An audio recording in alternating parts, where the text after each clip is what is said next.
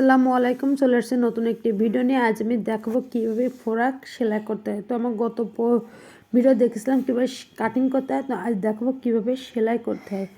তো প্রথমে আমি বডির যে অংশটা, সেই অংশটা আমি কাট সেলাই করে নিচ্ছি। তো দুটো পার্ট, পিছনের পার্ট এবং সামনের পার্ট একসাথে করে কিন্তু আমি সেলাইটা করে নিচ্ছি। তো আমি এখানে 2টা করে সেলাই দেবো, চাইলে আপনারা 2টা করে সেলাই দিতে পারেন। তো সেলাই করা কমপ্লিট হয়ে গেছে। আমি এখন গলায় পাইপিংটা দিয়ে দেবো। তো গলায় পাইপিং দেওয়ার ক্ষেত্রে অবশ্যই বডির কাপড় উল্টা পাশ রেখে পাইপিংটা দিতে পারে। পাইপিংটা আমি কিন্তু 1.5 ইঞ্চি চওড়া নিয়ে আসছি, যেহেতু উপর সোজা পাশে ভাঁজ করে সেলাই করে দিতে হবে, চাপ সেলাই, এই জন্য আমি 1.5 ইঞ্চি নিয়েছি। তো আপনি চাইলে এখানে 1 ইঞ্চি পরিমাণ নিতে পারেন, সেক্ষেত্রে পাইপিংটা একটু বেশি চিকন হয়ে যাবে। তো 1.5 ইঞ্চি নিলে কিন্তু একেবারে পারফেক্টলি পাইপিং হবে, দেখতেও কিন্তু অসাধারণ লাগবে। আর একেবারে সহজ, আমি কিন্তু গত ভিডিও কীভাবে কাটিং করতে হয় সেটা দেখেছি। তো 2টা কাটিং এবং সেলাই দুটো একসাথে দেখাতে গেলে কিন্তু ভিডিওটাও অনেক বড় হয়, বুঝতেও অসুবিধা হয়। তো তার জন্য আজ কিন্তু আমি এটাই করেছি যে গত পর্বে আমি কাটিং দেখিয়েছি, আজকে আমি সেলাইটা দেখাচ্ছি। তো গলার পাইপিংয়ে আমি উল্টোপাশে সেলাই করে আমি ছোটো ছোটো করে কেটে নিচ্ছি। এটা কাটার সুবিধা হচ্ছে, আমি যখন পাইপিং কাপড়টি উল্টিয়ে সেলাই করব তখন কিন্তু উল্টাতে আমার সুবিধা হবে এবং চাপ সেলাইটা কিন্তু একেবারে পেতে থাকবে। তো এইভাবে সোজা পাশে আমি কিন্তু পাইপিং কাপড়টি সোজা পাশে নিয়েছি, নিয়ে আমি প্রথমে চিকন করে ভাঁজ করে তার উপর একটি ভাঁজ দিয়েছি, দিয়ে ভাঁজের উপর দিয়ে কিন্তু আমি চাপ সেলাইটা দিয়ে দিব। আর এটা কিন্তু একেবারে সহজ। আর যখন আপনি পাইপিংয়ে কাপড়টি কাটবেন তখন কিন্তু আপনি সোজাভাবে কাপড়টি কাটবেন না। সোজাভাবে কাপড় কাটলে কিন্তু পাইপিংটি কিন্তু বসবে না, তখন কিন্তু কুচি হয়ে যাবে আর দেখতে কিন্তু খারাপ লাগবে। তো কোনাকুনিভাবে আপনি পাইপিংটি কাটবেন, তাহলে কিন্তু পাইপিংটি কিন্তু বসাতে সুবিধা হবে আর বসালেও কিন্তু ভালো লাগবে। তো এইভাবে আমি পাইপিংটি বসিয়ে নিচ্ছি।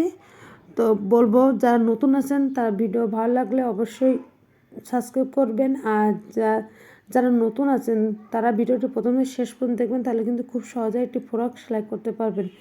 ফ্রকের নিচের যে অংশ সেটাই আমি কুচি দিয়ে নিব। তো দুটো পার্ট আমি এক পাশে একসাথে কুচি দিয়ে নিয়েছি। এখন আমি বডির কাপড়টি সোজা পাশ রেখে যে কুচির কাপড়টি সেটা আমি উপরের পার্টটায় কিন্তু আমি উল্টা পাশ রেখেছি, রেখে কিন্তু যে সেলাইটা দিয়েছিলাম কুচির জন্য সেই কুচি দেওয়ার সেলাইয়ের উপর দিয়ে কিন্তু এই সেলাইটা দিয়ে যাব।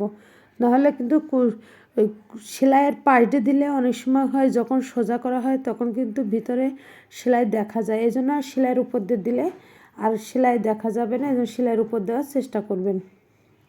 আর কুচিটা আমি যেহেতু প্রথমে দিয়ে নিয়েছি, তো আমার কুচিটা কাপড় একটু কম হয়ে গেছে, সেই জন্য আমি নিচের দিক থেকে কিন্তু একটা কুচি আমি খুলে নিয়েছি। তো আপনার যখন কুচি দিবেন তখন যদি কুচিটা যদি ছোটো হয়ে যায় কুচির কাপড়টি, সেক্ষেত্রে আপনার মাছ থেকে কিংবা নিচের থেকে কিন্তু কুচিটা খুলে নেবেন, সেক্ষেত্রে কাপড়টা একটু লম্বা হবে আর সেলাই করতেও সুবিধা হবে। তো আমার কুচি দেওয়া কাপড় সেলাই করা কমপ্লিট হয়ে গেছে। আমি এখন সোজা পাশে একটা চাপ সেলাই দিয়ে নিয়েছি। তো চাপ সেলাইটা দেওয়া কমপ্লিট হচ্ছে। এইভাবে আমি কিন্তু পিছনের পাটটা সেলাই করে নিব, যেভাবে সামনের পাটটা করেছি ঠিক একইভাবে পিছনের পাটটাও সেলাইটা করে নিব। তো সেলাই করাও কমপ্লিট হয়ে গেছে। আমি এখন হাতার কাপড়টি জয়েন করব। তো হাতার কাপড়টা আমি একটু ডিজাইন দিব, যেহেতু আমি উপরে হাতার কাঁধের উপরে একটু কুচি দিব যাতে উঁচু হয়ে থাকে, আর কুচির জন্য দেখতেও কিন্তু অসাধারণ লাগবে। এই জন্য আমি এখানে 4 থেকে 5টা কুচি নিয়েছি। এর জন্য কিন্তু আমি আলাদাভাবে কিন্তু কাটিংটা করেছি, আর এই কাটিংটি কিন্তু আমার গত পর্বে দেওয়া আছে। যারা দেখতে চান অবশ্যই আপনারা আমার ওই ভিডিওটা দেখলেই কিন্তু আপনার কাটিংটা শিখে যেতে পারেন। তো আমি নিচে যে হাতার নিচে মোহরি সেটা আমি সেলাই করে নিয়েছি, আর নিচেও কিন্তু আমি একটু ডিজাইন দেবো। এখন আমি হাতাটা বসিয়ে নেব। তো হাতাটা বডির কাপড়টি সোজা পাট রেখে কিন্তু আমি একসাথেই কিন্তু সেলাই করে যাব বডির অংশের সাথে হাতা, এর জন্য কিন্তু আমি এইভাবেই সেলাইটা করছি। আর এইভাবে সেলাই করতে কিন্তু সুবিধা হবে। অথবা আপনি যদি এইভাবে সেলাই করতে না চান, সেক্ষেত্রে আগে একেবারে বডির কাপড়টি সেলাই কমপ্লিট করে লাস্টে আপনি হাতাটাও জয়েন করতে পারেন। তো যার যেমন সুবিধা হবে ঠিক সে তেমনভাবেই সেলাই করবেন। আমি কিন্তু 2ভাবেই সেলাইটা দেখিয়েছি।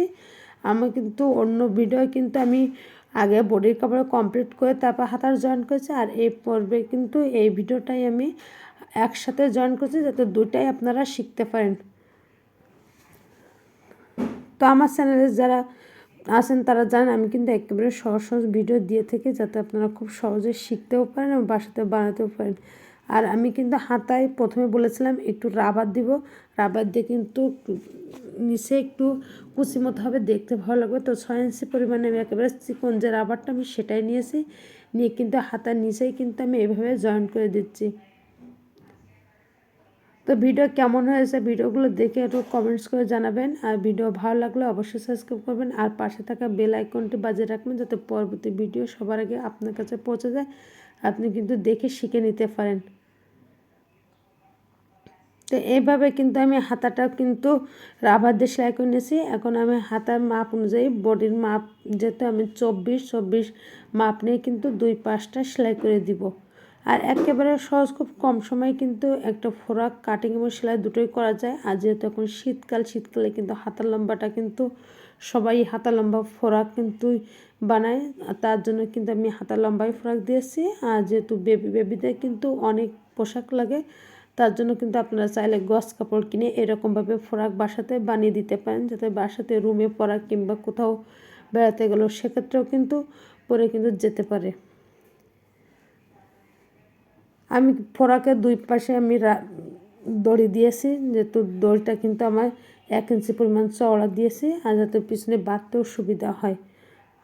তো আজ এই পর্যন্ত, সবাই ভালো থাকবেন, দেখাবে অন্য একটি ভিডিও। তো সে পর্যন্ত সবাই ভালো থাকবেন, সুস্থ থাকবেন। আল্লাহ হাফিজ, আসসালামু আলাইকুম।